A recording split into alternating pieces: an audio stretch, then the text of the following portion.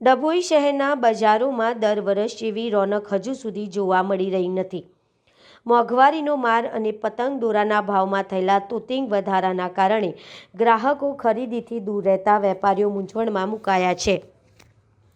ભાવમાં 15થી 20% ધરખમ વધારો ચાલુ વર્ષે પતંગ બનાવવા માટે વપરાતા કાગળ, કામળી અને દોરાના રો મટીરિયલમાં થયેલા ભાવના વધારાની સીધી અસર તૈયાર પતંગો પર જોવા મળી રહી છે। વેપારીઓના જણાવ્યા અનુસાર ગત વર્ષની સરખામણીએ આ વર્ષે 15થી 20%નો ભાવ વધારો ઝીંકાયો છે, જેના કારણે સામાન્ય મધ્યમ વર્ગના પરિવાર માટે પતંગબાજીનો આનંદ મોંઘો બન્યો છે। મુખ્ય બજારોમાં ગરાકીનો અભાવ જોવા મળી રહ્યો છે। બજારમાં હાલ મંદીનો માહોલ છે। જો કે નવી વેરાયટીમાં બાળકો માટે કાર્ટૂનવાળી પતંગો અને ખાસ કરીને સિંદૂર પતંગનું આકર્ષણ જોવા મળી રહ્યું છે, પરંતુ ઊંચા ભાવ સાંભળીને ગ્રાહકો ખરીદી કરતા ખચકાઈ રહ્યા છે। નવી વેરાયટીઓ અને આકર્ષક વર્ષ 2026ની આ સિઝનમાં બજારમાં નવી ભાતની પતંગો ઉપલબ્ધ છે। બાળકો માટે ફેવરિટ પાત્રો ધરાવતી પતંગો સિંદૂર પતંગ, જેનું વેચાણ અન્ય પતંગોની સરખામણીએ વધુ રહેવાની આશા જોવા મળી રહી છે।